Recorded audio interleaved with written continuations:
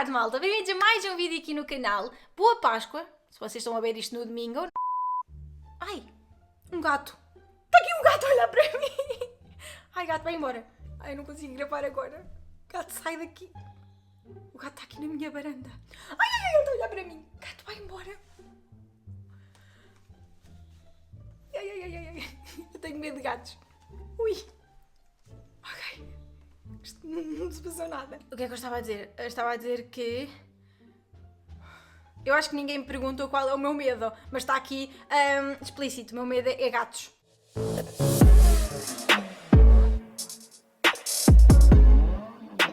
O vídeo de hoje é o meu primeiro perguntas e respostas, o meu primeiro Q&A aqui no canal. Eu pedi-vos para vocês deixarem algumas perguntas, quer no YouTube, quer no Instagram. Portanto, vamos lá ver as vossas perguntas. Eu vou pôr aqui as perguntas. A primeira pergunta é do Edu Oliveira, que eu acho que é brasileiro, portanto, desde já um beijinho aqui para o Brasil. Você acha que a expectativa da FIA em fazer os carros andarem mais juntos este ano se está a funcionar? Eu acho que sim. Eu acho que sim, nós temos visto batalhas no midfield bastante intensas. Vimos na semana passada na Austrália. Os próprios pilotos já vieram dizer durante os testes, quer em Barcelona, quer no Bahrein e também nestas últimas corridas, que tem sido mais fácil andarem uns atrás dos outros naquele comboiozinho. O que é que me está a ligar? Agora é a minha mãe. Oh bola, esperem aí. Sim. O que eu estava a dizer, os pilotos já têm vindo a dizer realmente que é então muito mais fácil andarem uns atrás dos outros. Contudo, eles ainda veem nas zonas de DRS é as únicas zonas em que eles conseguem ultrapassar. Portanto, eu diria que sim, que os novos regulamentos estão a funcionar na questão de seguirem, não na questão de ultrapassar. Próximo. Carol, quem é que você acha que vai ser campeão? Assim, a 3 corridas parece que está certo para ser o Leclerc, não é? Porque o Max, com aqueles problemas, não parece estar na corrida, mas obviamente que vai nos dar muitas lutas estes dois, mas a depositar as minhas fichas eu depositava no Leclerc. Eu espero mesmo que o Sainz venha a dar mais luta ao Leclerc, porque senão ele tem o caminho todo facilitado, não é? What else do you enjoy doing in your free time besides watching F1? O que é que eu gosto de fazer nos meus tempos livres para além de Fórmula 1? Comer, jogar, apesar de não ser lá muito boa, ténis, eu pratico ténis todos os dias não, credo, senão estava aqui morta. Não, todos os dias não, todos os sábados, às vezes durante a semana também. E que mais o que é que eu faço? Sei lá, pois trabalho, não é? Mas isso não é tempos livres. Eu não faço muita coisa, senhores, não faço. Vocês acham que é fácil... Raio de mosca. Vocês acham que é fácil conjugar a vida de advogada, que eu acho que é a próxima pergunta que ele me faz. What do you do? Yes. Eu sou advogada, portanto não é fácil conjugar a vida profissional com o YouTube, não é? Próxima pergunta. Seems like your family is into F1, ok. Parece que a minha família também gosta de Fórmula 1 e pergunta se eu sou fã de Fórmula 1 por causa deles. Sim, acho que sim, pode ser, sim, porque quem me introduziu aqui às corridas de Fórmula 1 foi a minha mãe, ela é que gostava muito, e os irmãos da minha mãe, os meus tios, são quase todos mecânicos, portanto... Se calhar ela também começou a gostar de Fórmula 1 por meus tios estarem ligados à área da mecânica e isso. E não só corridas de Fórmula 1, eles também participam nos campeonatos de Rallycross, agora à velocidade, mas antigamente eu lembro que era todo o terreno. Eles fizeram uma vez, eu não me lembro muito bem, mas eu era pequenina, mas tem fotos, que eu fui às 24 horas em Fronteira. Sim, pode ser que este meu gostinho pelas corridas, automóveis e isso, foi da minha família. Próxima pergunta. Que pilotos 3 a 5 é que eu apoio? Então, o meu top 3 já está bem definido. É o Vettel, o Lando e o Hamilton. Agora, mais 2, eu não sei. Opa, se vocês virem os meus vídeos, eu puxo por todos. Mas pronto, eu gosto do Leclerc, gosto do Sainz, gosto... É mais fácil dizer aqueles por quem eu não tenho assim tanta empatia. Só estou a ver tipo o Ocon. Vocês não me veem muitas vezes a puxar pelo Ocon, mas o Lance Stroll também não é dos meus pilotos favoritos. Próxima, a da Maria. Com que idade começaste a acompanhar a Fórmula 1? Eu não sei. Já há outra pergunta em que eu posso também dar aqui, que é do Dominic. Onde é que ele está? Está aqui. Qual foi a corrida que viste e que te fez sentir que ias amar a Fórmula 1? Eu tive que consultar o público nesta, tive que perguntar à minha mãe, e isto também está no seguimento da pergunta da Maria, porque eu perguntei, mãe, em que corrida é que tu achas que eu comecei a apaixonar pela Fórmula 1? E ela disse, filha, tu nasceste em 1995, portanto qualquer corrida a partir daí. É assim, eu não tenho memória nenhuma que corrida específica é que me fez apaixonar pelo desporto, não tenho. A única memória é estar nesta precisa sala, já não é o mesmo sofá, mas o sofá está lá fora no cão, na casa do cão agora, mas o meu sofá de castanho, estar lá sentado aos domingos já à 1 da tarde a ver as corridas, eu não percebia nada, não consigo dizer nenhuma corrida, tipo corrida da Europa, pelo 1900 e troca o passo, não me lembro. Lembro, obviamente, de ver os carrinhos vermelhos, que se calhar essa é a memória visual mais presente na minha cabeça, mas nem era a equipa que a minha mãe apoiava, portanto eu também não apoiava essa equipa, a Ferrari, né?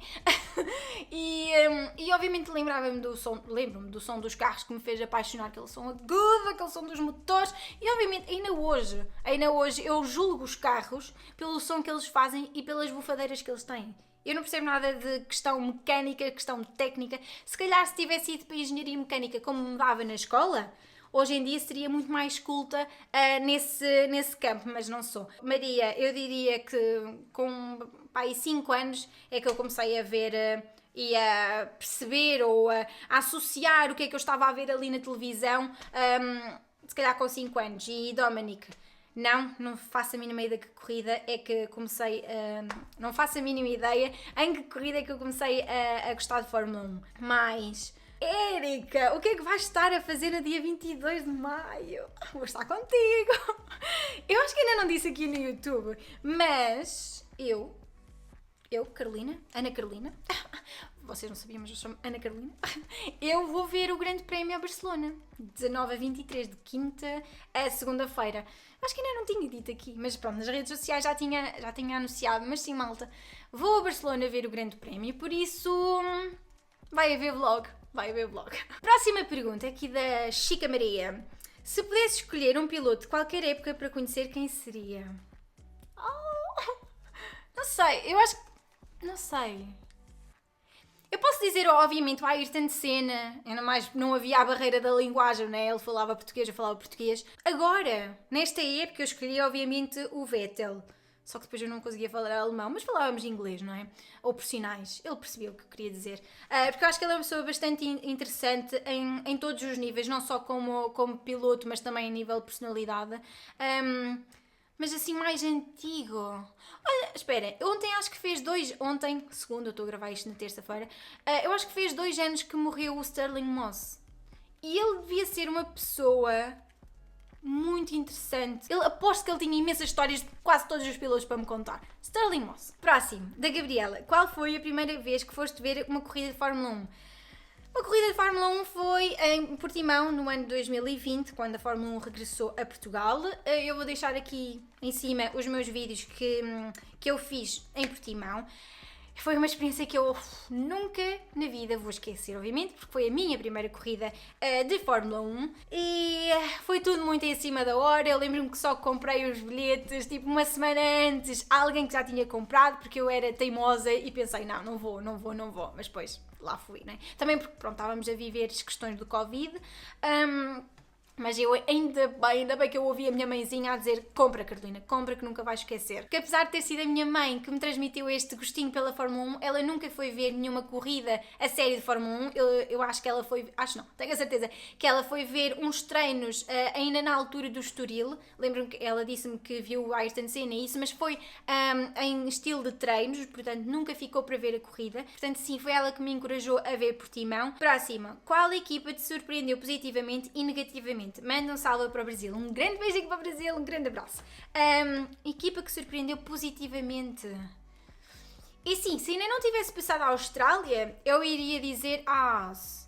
Se bem que na Austrália eles não mostraram assim muito ritmo. Mas eu vou continuar a dizer Haas, que me surpreendeu positivamente, porque...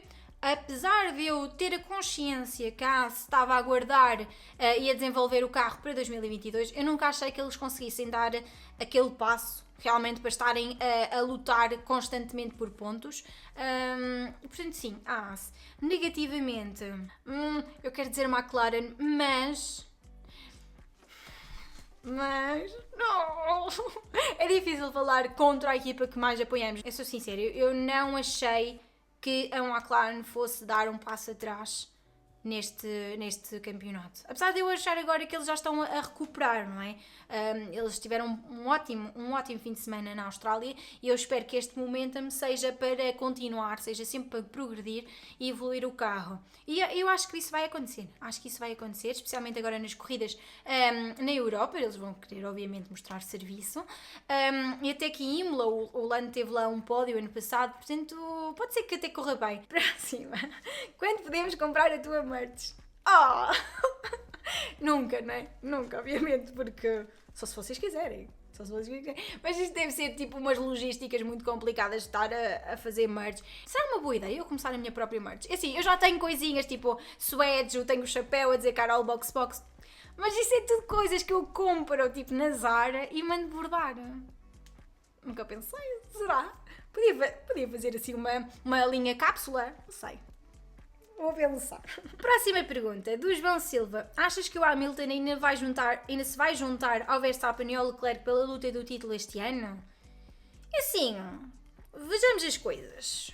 A luta para já está só com o Leclerc, se nós virmos os pontos que ele tem. É entre o Leclerc e o Russell, que está em P1 e P2. Porque o Verstappen, com aqueles problemas de fiabilidade do motor, não está a conseguir acabar as corridas e isso não dá pontos. E assim, o Hamilton tem conseguido terminar as corridas e somar pontos. Eu acho, sinceramente, nós só vamos na terceira corrida, filhos. Terceira corrida. Eu acho que a Mercedes vai conseguir desenvolver o carro, só que só começará a mostrar realmente resultados, na segunda metade do verão, na segunda metade da temporada, ou seja, depois do verão. E os pontos, entretanto. Mas para já, não vejo como o Hamilton a estar nesta luta. Só se a Mercedes agora em Imola desencantar assim um carro. Mas pronto, não acho que vai acontecer. What do you think about Schumi? What about his way of driving? About the accident with Hill em 94? Is he a dirty driver? O que é que eu acho do Schumacher e o que é que eu acho da maneira dele conduzir e do acidente que ele teve com o Damon Hill em 94 em Adelaide? Eu acho que o Schumacher é um piloto excepcional. Para alguns, o melhor dos melhores. Em termos de estatísticas, certamente um dos melhores. Mas o estilo de condução dele, pelo menos em algumas corridas, e nomeadamente nesta corrida com o Damon Hill, foi um bocadinho dirty. Foi. Obviamente que a minha opinião do Schumacher é influenciada pela opinião que a minha mãe tinha na altura. A minha mãe era uma fã incondicional do Damon Hill e o que ela me disse foi que realmente aquela manobra foi um bocadinho dúbia. Eu agora a ver os vídeos para trás daquelas corridas e demais incidentes que ele teve com outros pilotos e também com o Damon Hill, consigo perceber que aquilo não foi uma manobra muito esportiva. É isso só que eu tenho de dizer. Pretendo gravar mais vídeos jogando Fórmula 1. Vocês querem ver mais vídeos da minha tragédia? Das minhas capacidades? Eu posso fazer. Próxima. Você sempre torceu pela McLaren ou gostava de outra equipa no passado? Não, sempre torci pela McLaren. Mas isso, mais uma vez, foi influenciado pela minha mãe, que ela apoiava o Coulthard e o Hakkinen, por isso, mãezinha, a culpa é tua. Próxima. Abu Dhabi 2021. Fair ou stolen? Ou seja, a corrida da Abu Dhabi se foi justa ou se foi roubada. A corrida da Abu Dhabi, injusta para mim. Mas se te queres referir ao campeonato ganho pelo Max, justo. Se eu pudesse escolher uma equipa para voltar à grelha, qual seria?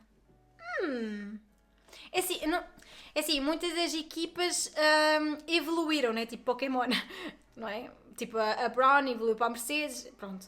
Mas, por exemplo, esta que eu posso dizer, ela também evoluiu para a Renault e pronto, Renault Alpine, que era a Benetton. Próxima pergunta. Achas que a Red Bull Powertrains vai melhorar a sua durabilidade?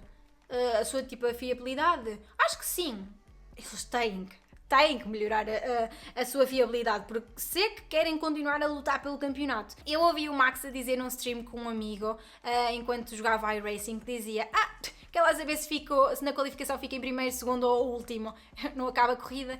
Isto Isto é triste de ouvir. Red Bull precisa mesmo de trabalhar estes problemas que eles têm encontrado. Eu acho que é qualquer coisa relativamente ao combustível, também não percebo muito bem. Mas sim, a Red Bull tem que... E vai. Obviamente, uma equipa também com muitos recursos, portanto, eles vão conseguir melhorar aquele carro. Próxima e última. Da Sara, se só pudesse escolher mais um grande prémio país, qual seria? É assim, o meu top 2 de circuitos favoritos é Monza e Spa. Monza eu já tive o privilégio, a oportunidade de ir ver uma corrida o ano passado, em 2021. Spa ainda não tive essa oportunidade, mas hei de ter. É assim, na verdade eu já estive a ver mais ou menos os bilhetes para Spa, só que estão mais ou menos já todos vendidos e os que não estão vendidos são os mais caros e depois na carteira aquilo pesa, não é?